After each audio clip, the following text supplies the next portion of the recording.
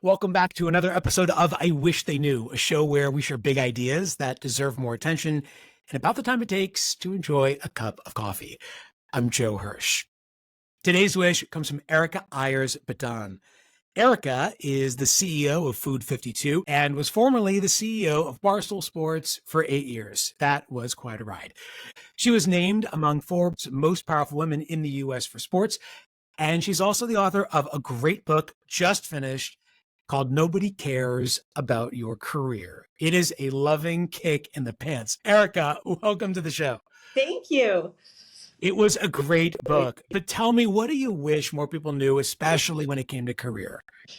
I wish more people knew that nobody cares about your career, which is why I wrote a chapter in the book called that. And the reason I say that is that I think people really get hung up by two things. One is their ego, thinking that they're great, they're better than everybody else, they know everything, they have nothing to learn. And the other is their insecurity, which says, I can't do it. You're not good enough. You don't know this. You're not good at that. I think a lot of times people get caught up in having a life that looks like something someone else wants or a job that looks like a career someone told you to have. And the reality is, you should do what makes you happy and screw everyone who says otherwise. And that is a very freeing concept that should free you to apply yourself to be all that you can become. Yeah, so really, you've got to be the one who takes ownership of your career journey. Nobody's going to do it for you. I've run a bunch of companies. I've had a lot of jobs. I've worked in a lot of places. Most times I feel like people are sitting around waiting for like someone to show up on like a great white horse with a sword and save you. And nobody's coming to help you. No one's going to save you but you. So you should get started on saving yourself. Yeah, and this book really is an operating manual on how to do that exactly. You cover a lot of territory in the book. Let's see if we can dive in a little. One part that really caught my attention was the idea of a vision statement. Mhm. So companies have vision statements. They spend a lot of time and money crafting the perfect vision statement. You think that we should have them for ourselves? Yeah, I think everybody should have a vision. And I frankly think that people should have a lot of different visions. And the reason a vision is important is a vision puts your eyes upward, it pulls you forward, and it sets your sights on a destination that you're not at now. Your vision could be to be a vice president. Your vision could be to manage people. Your vision could be to get a new job. Your vision could be to find a boyfriend. Like, who cares? Like, it's your vision. But the reason it's important is that anything worth doing takes time, it's tedious, you're going to have setbacks, it's going to be boring, it's going to manifest in ways that aren't particularly sexy or interesting and can be frustrating. And a vision helps pull you to become something that you are not right now. And I think that having a vision is really the best way to propel yourself and keep yourself motivated to go forward. So you have to sort of see that person you want to be before you can be that person. Exactly. And also to not get lost in the scroll of what's happening today. I think a lot of times people are just sucked into their phone. You're sucked into your job. You're sucked into your problems. You're sucked into like your idiot coworkers or the boss that you hate or you wish you weren't where you are. And a vision is motivating to get the heck out of there and go start trying to be something else. Okay, so someone who's in their job, trying to gain more position, trying to gain more visibility, a lot of times they try to show how much they know. You think they should show how well they listen, right? Definitely. People talk all the time. It's maddening. I think everyone is so busy trying to puff themselves up and look so big and take up so much air in the room. You want to say less. I was working at Microsoft and I was looking at people's bios and some vice president of Microsoft had a bio that was like 16 paragraphs long. And I looked at Steve Ballmer, who was the CEO. I looked at his bio and it was one sentence. Say less and listen more is kind of like that. Like, don't be insecure. Don't feel the need to expand or expound so much. Listen, if you listen more, you will learn more. And I think by listening to other people, it really helps you take their arrows and it puts them in your quiver. The more you listen, the more you'll take in, the more you'll observe, the more power you ultimately will have. The person talking is feeding their own ego. They're not ingesting anything, they're just expelling things. And I wish people listened more, because I think if you listened, it would enable you to be more efficient, more deft, and ultimately more successful at what you're trying to do. Yeah, you would pay more attention to what's going on around you and taking more of that inside, as opposed to just trying to put things out there for others to take in. Exactly. And I think the other thing that happens at work, which nobody really talks about, is when you're in a meeting, you have the people who won't shut they just won't shut up, right? And then you have the people who don't say very much. And it's usually the people who don't say very much who have the best things to say. And you want to be one of those people.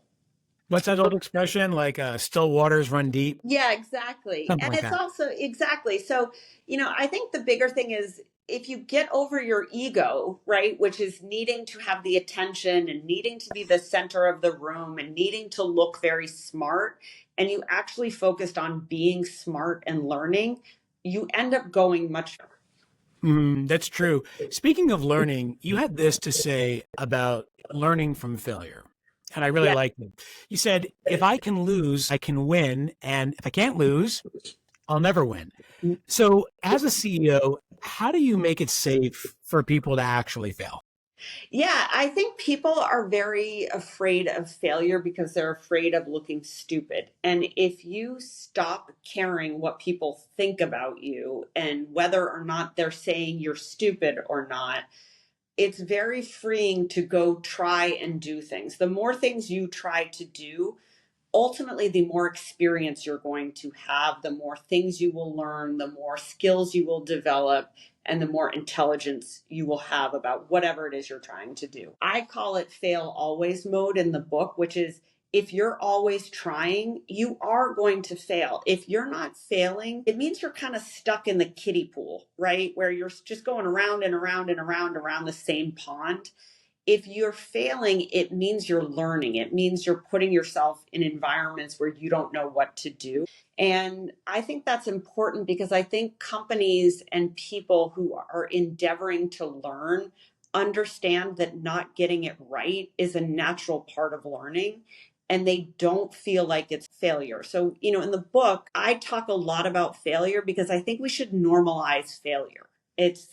I fail every day, all day. Big ways, small ways, little ways, sideways, you name it.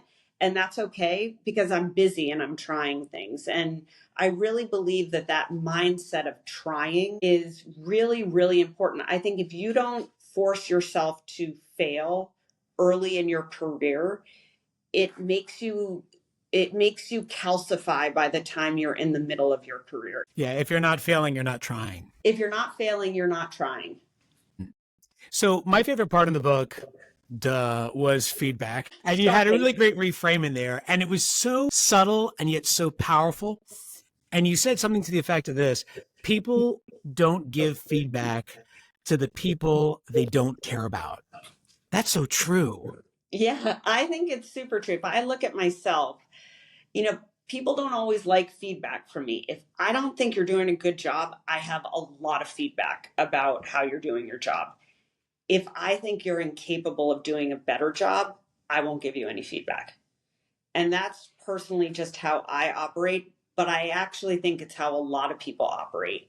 Because if someone's not giving you feedback, what they're essentially saying is you're not worth my time and you're not going to do anything with my advice or my opinion. And that can hurt and kind of smart, but I think when people are at work and they start to notice that nobody's giving them any feedback, what it really is an indication is either you're not doing anything, but moreover, nobody cares what you're doing. And to be in a place where you're getting feedback can be tough. It sucks to get feedback. It hurts, it smarts, it makes you feel insecure, you feel dumb, you may disagree with it. But I always look at feedback as someone is giving me information that I can decide what to do with, which is making me more powerful. And I I sometimes feel that people prefer not getting feedback. And I think we're working in an era where most people work over Zoom, where it's very uncomfortable to have feedback. It's less casual. The opportunity does not present itself. When you and I are done talking, I'm going to press the red button and be gone. We're not walking out of the meeting together and being like, I thought you did a great job, or I thought you really sucked in that meeting. So I really think that people are starting to get less feedback, and they're starting to cower and don't want feedback. And I think both of those things are very dangerous. And then I think people who aren't getting any feedback should be worried. We really ought to focus on how to make that message more helpful instead of trying to make it less hurtful. Exactly. Right? And it's also ask people for feedback. Yeah. I had a brainstorm this morning where I brought 25 people together to tell me how I'm doing what I'm doing. And half of them were like, "You really stink at this." And it hurt to hear it, but it was great. And I'm like, what a gift that these people will give me their opinion. So you got to look at it like that. And now it's up to me to decide, what do I want to do with that? And if anything. And do you know the story about Ray Dalio and the employee who sent him that email giving him a D- on his presentation at one of his meetings? No. Okay, so Jim Haskell was the employee. He was one of his senior execs. He was back on the show. I don't know, seems like a long time ago. We'll put that in the show notes. So Haskell sent Ray Dalio an email basically saying, hey, you were totally unprepared for the meeting today. And if you want, I'll go over things with you next time just to prep you better. So you get an email like that from one of your reports. Yes. What do you think happens to Jim Haskell? Oh, I bet he got promoted. He got promoted. Yes. He got promoted. And that's because there was that culture that you just described where you're comfortable eliciting feedback from others. You make it safe for others to share with you and you to share with them. Absolutely. It's funny. I think a lot of times at work, things kind of grind to a halt because you're afraid to give people feedback. Like I had somebody come into my office yesterday and they're like, oh, I've been hesitating to tell you this, but I really think this project is going poorly. And I think I don't think people understand your vision and what you want from them. And, the woman has like trepidation. And I was like, thank you so much for telling me that. I would never have known. Like, thank you for giving me the feedback. Feedback is a gift. Yes. If it's a gift, it's also a deposit, right? We get to choose how to grow it. Exactly. And it's in your bank. So you wrote something that really hit me, and it went like this. You can't stop the world from changing, but you shouldn't stop yourself from changing. What are your big ideas on how to manage all that inevitable change? Look, I think change is constant. I think there's something inside of us. I write about this in the book where you just want control, right? People want control. They want security. They want predictability. They want assurance. They want comfort. My dad used to tell me all the time, he would say, the best control is no control. And I think a lot of times people are very concentrated on making their world small and trying to keep things in control. And the reality is, the world is wildly out of control. It's going to change in great ways and bad ways and ways people anticipate and other ways people don't. And the same is true for you. And you can't stop what's happening out there. You can't stop what's happening in your company. You can't stop what's happening in your city. You can't stop what's happening in your country. And instead of reacting to that in a way of, I'm just going to cower and make myself sane and stable and small, you should be trying to change at the same time. And that's why being willing to change is an important thing, because the reality is, you're going to say it was for the best, regardless if it was or not. And how great to think about it, but also how great to become something new. The book is Nobody Cares About Your Career, and the author is Erika Ayers Badan. And if you care about your career or someone else's, you should pick up a copy of this book. Erika, thanks for sharing your wish with us today. Thank you so much.